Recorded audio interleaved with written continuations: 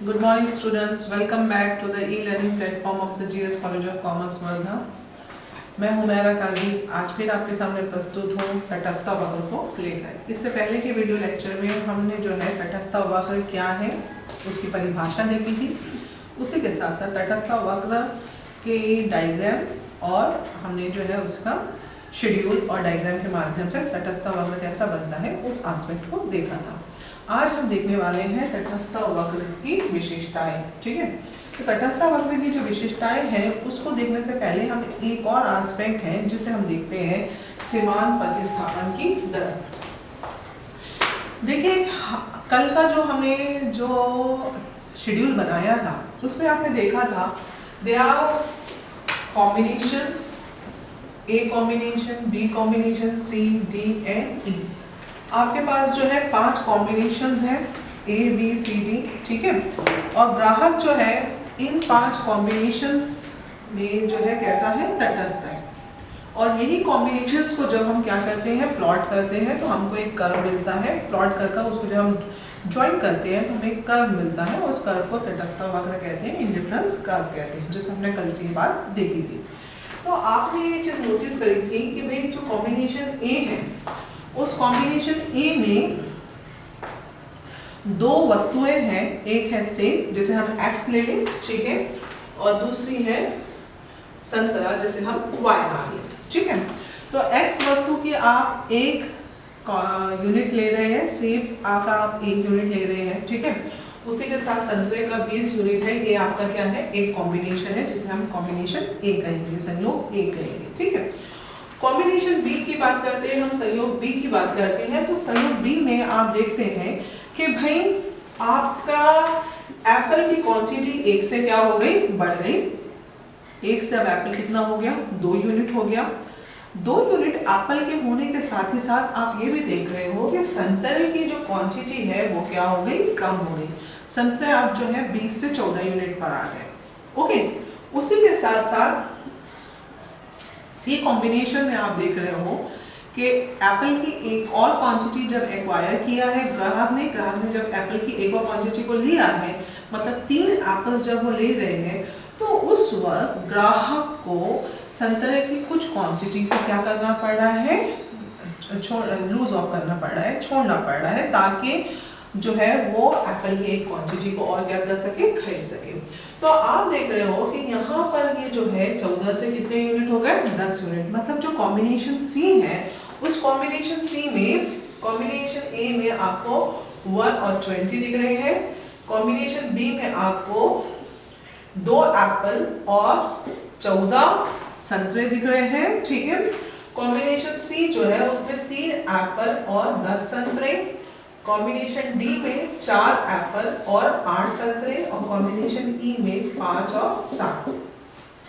तो आप ये चीजें नोटिस कर रहे हैं कि एक जो कमोडिटी है उसकी क्वांटिटी क्या हो रही है, बढ़ रही है, और दूसरी जो कमोडिटी है उसकी क्वांटिटी क्या हो रही है, कम होती जा रही है। ठीक है, ये क्यों हो रहा है, ये इसलिए हो रहा है कि देखिए जो ग्राहक है वो ग्राहक की आय कैसी है, सीमित है, और उसको अपनी सीमित आय को इस तरीके से खर्च करना है कि 2 वस्तुओं पर इस तरीके से खर्च करना है कि उसे ज़्यादा से ज़्यादा क्या मिल सके, सेटिस्फैक्शन मिल सके। ठीक है, इसीलिए आप देख रहे हो कि आपको एक कॉम्बिनेशन जो है, कॉम्बिनेशन ए उसमें 1 और 20 है, कॉम्बिनेशन बी में आपको 2 और 14 है, कॉम्बिनेशन सी में 3 और 10 है, और डी में 4 और 8 है। तो आपने एक चीज़ नोटिस करी होगी कि एक कमोडिटी की क्वांटिटी बढ़ रही है। एक कमोडिटी की क्वांटिटी जब बढ़ रही है तो वो क्यों बढ़ रही है, क्योंकि आप उसके ज़्यादा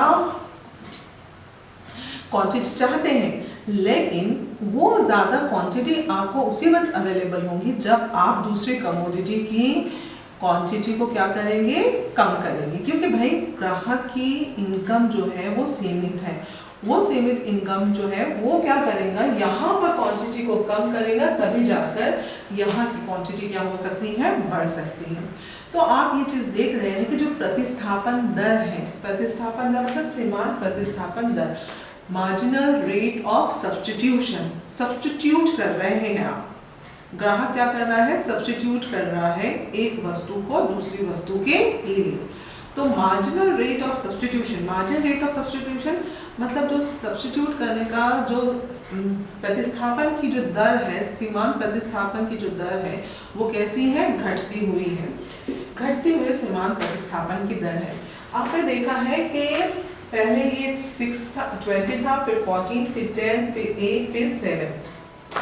तो प्रतिस्थापन की दर आप देख रहे हो 6:1, मतलब पहले आपने 6 यूनिट को क्या किया, सेक्रीफाइस किया, सब्स्टिट्यूट किया, तब जाकर 1 यूनिट को गेन किया। फिर उसके बाद 4:1, ठीक है, आपने जो है 4 यूनिट को क्या किया, सेक्रीफाइस किया, तब जाकर आपको 1 यूनिट क्या हुआ, गेन हुआ।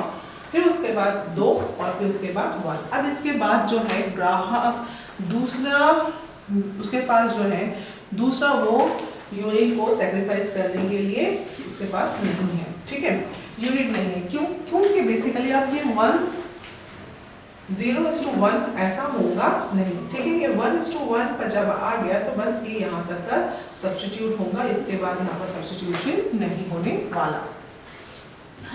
तो ये ऐसा क्यों होता है? ये इसलिए हो रहा है कि पहले का जो केस था उसमें ग्राहक जो है, पहले का केस जब था, जब उसमें एक उसको एप्पल चाहिए था तो उस वक्त वो उसकी ज़्यादा क्वांटिटी सेक्रीफाइस करने के लिए तैयार था। उसके बाद जब उसको एक एप्पल ज़्यादा गेन हो गया तो वो जो है कुछ हद तक कैसा हो गया, सेटिस्फाइड हो गया। अब उसके बाद वो कम यूनिट लूज करेगा, सैक्रिफाइस करेगा, सब्स्टिट्यूट करेगा, तब जाकर उसको 1 यूनिट मिल जाएगा। तो जैसे जैसे हमारा सेटिस्फेक्शन लेवल बढ़ते जाता है वैसे वैसे आप जो है किसी वस्तु की एक्स कमोडिटी की या वाई जो एक्स कमोडिटी है उसकी कम क्वांटिटी को आप लूज करते हैं, सब्स्टिट्यूट करते हैं। तो बेसिकली यहाँ पर ये जो रेशो है 6:1, 4:1, 2:1 और 1:1, इसे आप कहेंगे सीमांत प्रतिस्थापन की दर। और ये सीमांत प्रतिस्थापन की दर कैसी है, घटती हुई सीमांत प्रतिस्थापन की दर है, जिसमें आपका सब्स्टिट्यूशन रेशियो जो है वो डिमिनिशिंग है, ठीक है, diminishing marginal rate of substitution है। Diminishing marginal rate of substitution की वजह से ही हम ये देखते हैं कि हमारा जो तटस्थ वक्र बनता है वो तटस्थ वक्र का जो तटस्थ वक्र है वो ऊपर से नीचे दाएं, ऊपर से नीचे, बाएं से दाएं की ओर, नीचे की ओर झुका हुआ होता है। और बेसिकली ये जो है 6:1, 4:1, 3:2, 2:1, 1:1, ये जो आपका diminishing marginal rate of substitution होता है उसी के कारण आपके ये वक्र का शेप इस प्रकार से होता है, ठीक है। तो आपका जो तटस्थ वक्र है ये ऊपर से नीचे जो है वो स्लोप कर रहा है, और वो ऊपर से नीचे स्लोप करने का एक और कारण जो है वो घटती हुई सीमांत प्रतिस्थापन की दर है, ठीक है। तो ये हो गया आपका घटती हुई प्रतिस्थापन की दर। ये एस्पेक्ट है जो 4 मार्क्स के लिए एग्जामिनेशन में इम्पॉर्टेंट है, ठीक है। 4 मार्क्स के लिए इम्पॉर्टेंट एस्पेक्ट तो है, साथ ही साथ एक और चीज़ जो कि इम्पॉर्टेंट है वो ये कि आपको यदि ये कॉन्सेप्ट समझता है प्रतिस्थापन की दर तो आपको दूसरा जो इससे जुड़े हुए एस्पेक्ट है तटस्थ वक्र के वो भी आपको इजीली समझ में आएंगे। चलिए हम देखते हैं इसकी क्या क्या विशेषताएं हैं, तटस्थ वक्र की विशेषताएं क्या हैं। तो पहला उसमें ये है तटस्थ वक्र बाएं से दाएं की ओर, नीचे की ओर झुका हुआ होता है, ठीक है।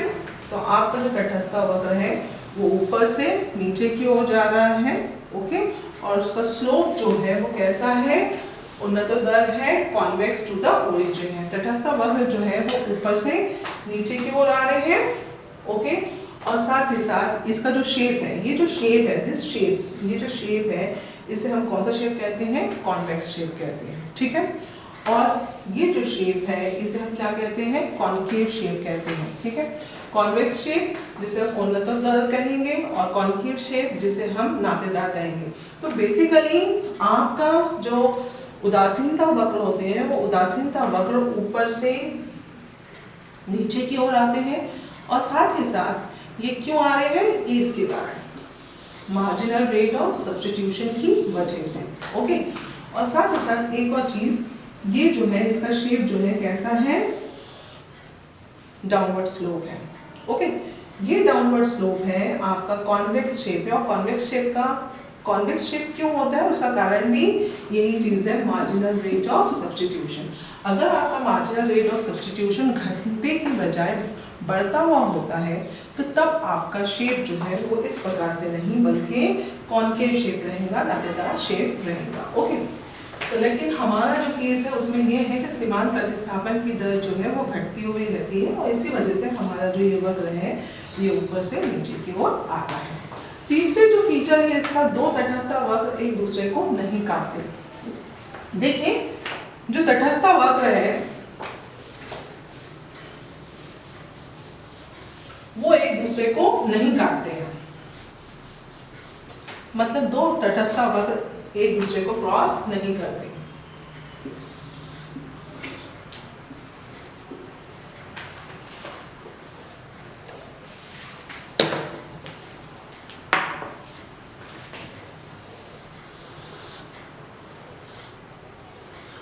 इस तरीके की सिचुएशन जो है वो नॉर्मली नहीं होती। कल मैंने आपको एक चीज बताई थी, आपको इंडिफरेंस मैप बताया था, ठीक है, मानचित्र की बात करी थी हमने, तटस्थ मानचित्र की बात करी थी। जब तटस्थ मानचित्र की बात करते हैं तो उसमें हमने देखा था कि मल्टीपल इंडिफरेंस कर्व पॉसिबल हो सकते हैं, एक से अधिक इंडिफरेंस कर्व होते हैं, ठीक है। और ये जो इंडिफरेंस कर्व एक से अधिक है और हर एक इंडिफरेंस कर्व पर जो कॉम्बिनेशंस होते हैं वो अलग अलग होते हैं। ओके, चलिए देख लेते हैं। ये IC1 है, ये IC2 है, ये IC3 है, ये IC4 है। IC1, IC2, IC3, IC4 ये जितनी भी तटस्थ वक्र है इसमें बेसिकली जो कॉम्बिनेशंस होंगे वो कॉम्बिनेशंस अलग अलग हैं।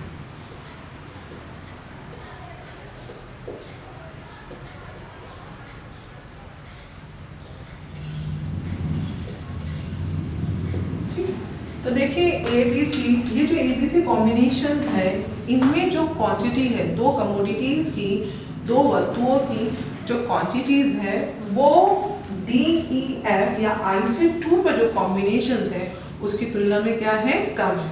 देखिए A में जो कॉम्बिनेशंस है, IC1 में जो कॉम्बिनेशंस है वो IC2 की तुलना में क्या है, कम क्वांटिटी को दर्शाते हैं। ओके, और जितना IC जो इंडिफरेंस कर्व है वो ऊपर की जाएगा, ऊपर की ओर जाएगा, वो ज्यादा वस्तुओं के कॉम्बिनेशंस को, संयोगों को रिप्रेजेंट करता है। तो अगर हम IC4 की बात करें तो IC4 जो है वो ग्राहक को सबसे ज्यादा सेटिस्फेक्शन देगा IC1 की तुलना में, ठीक है। IC4 में जो ग्राहक है उसको जो सेटिस्फेक्शन मिलेगा सबसे अधिक मिलेगा क्योंकि उसमें जो संयोग है वो ज्यादा क्वांटिटीज को क्या कर रहे हैं, रिप्रेजेंट कर रहे हैं, X और Y वस्तु की, ठीक है। तो देखिए अभी हम थे कि दो तटस्थ वक्र एक दूसरे को क्रॉस नहीं करते, एक दूसरे को काटते नहीं है। अगर जब हम दो तटस्थ वक्र एक दूसरे को क्रॉस करने की बात करते हैं तो ये जो केस है, ये जो सिचुएशन है, इसमें IC1 और IC2 की यदि बात करें तो इसमें दोनों जब एक दूसरे को क्रॉस करेंगे तो एक पॉइंट क्या होने वाला है, कॉमन होने वाला है, एक कॉम्बिनेशन कहीं ना कहीं क्या आएगा, समान आएगा। तो यहाँ पर जब हम कह रहे हैं कि higher indifference curve shows the higher level of satisfaction, जो ऊंचा इंडिफरेंस कर्व है वो ज्यादा सेटिस्फेक्शन को रिप्रेजेंट करता है, ठीक है। और कहीं पर हम कह रहे हैं कि दो वक्रों में एक ही कॉम्बिनेशन आपको देखने को नहीं मिलेगा। तो इसलिए आप ये देखते हो कि जो दो तटस्थ वक्र है वो एक दूसरे को काटते नहीं है, क्योंकि अगर वो एक दूसरे को काटे तो वो दोनों तटस्थ वक्र में एक कॉम्बिनेशन क्या होगा, एक पॉइंट जो है वो कॉमन हो जाएगा, एक कॉम्बिनेशन कॉमन हो जाएगा जो कि खुद के जो फीचर्स हैं, जो उसके बेसिकली जो अजम्पशंस है उसी का क्या होगा, वो उसका विरोध करेगा, ठीक है। जो स्टेटमेंट्स है उसी के वो क्या जाएगा, अपोजिट जाएगा। तो इसलिए बेसिकली हम ये कहते हैं कि दो तटस्थ वक्र एक दूसरे को काटते नहीं है, क्योंकि एक दूसरे को काटे तो वहाँ पर एक पॉइंट क्या होने वाला है, कॉमन होने वाला है। नेक्स्ट फीचर है उसका, तटस्थ वक्रों को एक दूसरे के समानांतर होना आवश्यक नहीं है।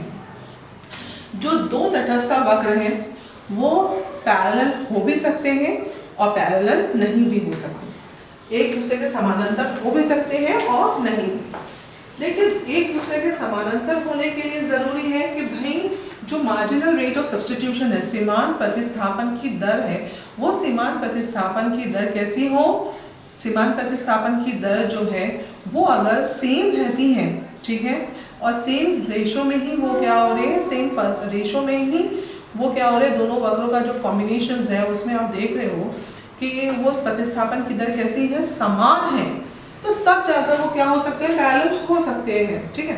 तो पैरेलल होने के लिए जो है ये मार्जिनल रेट ऑफ सब्स्टिट्यूशन जो है वो दोनों ही वक्रों में कैसा होना चाहिए, समान होना चाहिए। तो वो हो भी सकता है, वो नहीं भी हो सकता, तो इसलिए तटस्थ वक्र जो है वो पैरेलल हो भी सकते हैं, ठीक है, और पैरेलल नहीं भी हो सकते।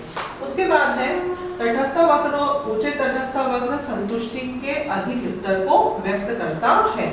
अभी इससे मैंने पहले कहा कि ये जो आपका IC4 है वो IC1 की तुलना में ज्यादा दो वस्तुओं के ज्यादा क्वांटिटीज को क्या करता है, रिप्रेजेंट करता है, और जो क्वांटिटी इसमें जो कॉम्बिनेशंस है उसमें जो दो वस्तुएं हैं x और y, वो xy की ज्यादा यूनिट्स आपको देखने को मिलेंगे, ज्यादा क्वांटिटीज आपको देखने को मिलेगी, ज्यादा इकाइयां देखने को मिलेंगी।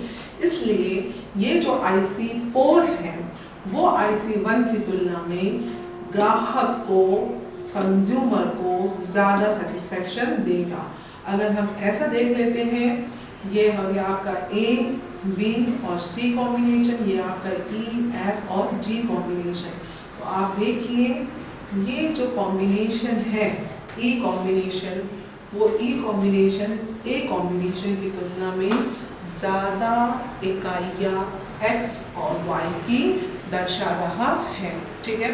तो बट नेचुरल है कि जब एक ग्राहक को, एक उपभोक्ता को कोई वस्तु ज़्यादा मिलती है तो उसका सेटिस्फेक्शन लेवल भी ज़्यादा होता है। आप सिंपल एक एग्जांपल ले लीजिए, अगर आपके पास 2 ड्रेस है आप खुश हैं, लेकिन वहीं पर आपके पास 10 ड्रेस है आप और खुश होंगे, और वहीं पर आपको लॉटरी में 15 से 20 ड्रेस मिल जाए तो आपकी खुशी का कोई ठिकाना नहीं है। मतलब क्या होता है, जो दिल है वो हमेशा ज़्यादा चाहता है, ये दिल मांगे मोर। तो दिल जब ज़्यादा चाहता है, कोई भी चीज़ हमको ज़्यादा मिले तो हम ज़्यादा खुश होते हैं। तो बट नेचुरली ऐसा ही है कि जो IC4 है उसमें जो X और Y की जो क्वांटिटीज़ है वो अधिक है, इसलिए ऊपर का जो इंडिफरेंस कर्व है वो ग्राहक को ज़्यादा सेटिस्फेक्शन देता है नीचे के इंडिफरेंस कर्व की तुलना में। तो ऊंचे तटस्थ वक्र संतुष्टि के अधिक स्तर को व्यक्त करते हैं। उसके बाद है तटस्थ वक्र OX तथा OY दोनों अक्षों में से किसी को स्पर्श नहीं करता। देखिए जब हम तटस्थ वक्र बना रहे हैं तो आपके जो तटस्थ वक्र है वो ऐसी परिस्थिति को दर्शाता नहीं है। मतलब आपका जो तटस्थ वक्र है वो x एक्सिस को टच नहीं करता और ना ही आपका तटस्थ वक्र y एक्सिस को टच करता है। क्यों? क्योंकि जब हम ये एक्सिस पर टच करने वाली बात करते हैं तो इस पर जो कमोडिटी की क्वांटिटी होगी वो 0 हो जाएगी, ठीक है। और तटस्थ वक्र जो है वो 2 कमोडिटीज मॉडल है, 2 वस्तुओं का मॉडल है, ठीक है। तो जब आप x की बात कर रहे हैं तो यहाँ पर एक कमोडिटी जो है OX एक्सिस की बात कर रहे हैं तो वहाँ पर एक वो जो कमोडिटी है उसकी क्वांटिटी क्या हो गई, 0 हो गई। मतलब वो दो कमोडिटी से, 2 वस्तुओं से वो एक वस्तु पर आ गया, ठीक है। तो ये क्या हो जाएगा, खुद का विरोधाभास हो जाएगा, बेसिकली जो सेल्फ कॉन्ट्राडिक्टरी हो जाएगा। तो बेसिकली इसलिए अगर y की बात करें, y को टच करेगा तो y पर जो वस्तु है वो उसका क्या हो जाएगा, क्वांटिटी 0 हो जाएगी। तो ये 2 कमोडिटी मॉडल से वो 1 कमोडिटी मॉडल में ट्रांसफॉर्म हो जाएगा यदि इंडिफरेंस कर्व x एक्सिस को या y एक्सिस को क्या करता है, टच करता है। x अक्ष को या y अक्ष को यदि वो टच करता है, उसको छूता है तो स्पर्श करता है, तो बेसिकली वो 2 कमोडिटी से एक कमोडिटी में क्या हो जाएगा, कमोडिटी मॉडल में ट्रांसफर हो जाएगा, जबकि ऐसा नहीं है, ये सेल्फ कॉन्ट्राडिक्टरी हो जाएगा। ठीक है, और बेसिकली सेल्फ कॉन्ट्राडिक्टरी तो नहीं, बेसिकली जो हम इसके अजम्पशंस है, और अजम्पशंस में एक चीज़ ये भी है कि आपका जो इंडिफरेंस कर्व है वो इंडिफरेंस कर्व दो कमोडिटी मॉडल है, इसलिए तटस्थ वक्र ना ही OX एक्सिस को टच करता है और ना ही OY एक्सिस को टच करता है। तो हमें जो है इसकी क्या क्या विशेषताएं देखी हैं। पहली विशेषता तो ये कि तटस्थ वक्र बाएं से दाएं की ओर, नीचे की ओर झुका हुआ होता है। ठीक है, ऊपर से नीचे की ओर आता है, ओके, और बाएं से दाएं की ओर। दूसरा है तटस्थ वक्र मूल बिंदु की ओर उन्नततर होता है, जो इसका शेप है वो कैसा है, कॉन्वेक्स शेप है। कॉन्वेक्स शेप होने का कारण जो है वो diminishing marginal rate of substitution है। Diminishing marginal rate of substitution घटती हुई सीमांत प्रतिस्थापन की दर। तीसरा है तटस्थ वक्र, दो तटस्थ वक्र एक दूसरे को नहीं काटते हैं। दो तटस्थ वक्र एक दूसरे को नहीं काटते हैं, काटेंगे तो एक पॉइंट क्या हो जाएगा, सेम आएगा, और ऐसा नहीं होता। Higher indifference curve shows the higher level of satisfaction, और दो इंडिफरेंस कर्व में दो इंडिफरेंस कर्व के जो कॉम्बिनेशंस होते हैं वो अलग अलग होते हैं, और जब वो कट करेंगे, क्रॉस करेंगे तो एक पॉइंट कैसा होगा, उसमें समान आ जाएगा, तो वो सेल्फ कॉन्ट्राडिक्टरी हो जाएगा। दूसरा है ऊंचे तटस्थ वक्र संतुष्टि के अधिक स्तर को रिप्रेजेंट करते हैं। ओके, जितना ऊंचा इंडिफरेंस कर्व होगा उसके जो कॉम्बिनेशंस होंगे x और y के, वो ज़्यादा क्वांटिटी को रिप्रेजेंट करेंगे, और ज़्यादा क्वांटिटी को रिप्रेजेंट करने की वजह से ग्राहक को ज़्यादा सेटिस्फेक्शन मिलेगी। तो higher the indifference curve higher the level of satisfaction. जितना ऊंचा इंडिफरेंस कर्व रहेगा ग्राहक की संतुष्टि उतनी ही अधिक रहेगी, क्योंकि हमारी ये टेंडेंसी होती है, ह्यूमन टेंडेंसी ये होती है कि हमको जितनी ज़्यादा वस्तुएं मिले हम उतने ही खुश होते हैं। इसीलिए लोगों की वार्डरोब जो होती है साड़ियों से, ड्रेसेस से भरी हुई होती है। उसके बाद है तटस्थ वक्रों को एक दूसरे के समानांतर होना आवश्यक नहीं है, वो हो भी सकते हैं और नहीं भी हो सकते। दो तटस्थ वक्र जो है, द टू इंडिफरेंस कर्व में भी पैरेलल और मे नॉट भी पैरेलल, वो हो भी सकते हैं और नहीं भी। और तटस्थ वक्र किसी भी अक्ष को टच नहीं करता। अक्ष को अगर वो x एक्सिस को या y एक्सिस को टच करे, स्पर्श करे, तो उसमें से वो दो कमोडिटी से वो एक कमोडिटी में ट्रांसफॉर्म हो जाएगा, और ये ऐसा नहीं होता, ये दो कमोडिटी मॉडल है। ठीक है, तो आज के लिए इतना ही। इसके बाद इसके जो दूसरे एस्पेक्ट्स हैं, जो कि छोटे छोटे एस्पेक्ट्स हैं, वो हम इसके बाद के वीडियो लेक्चर में देखेंगे। धन्यवाद।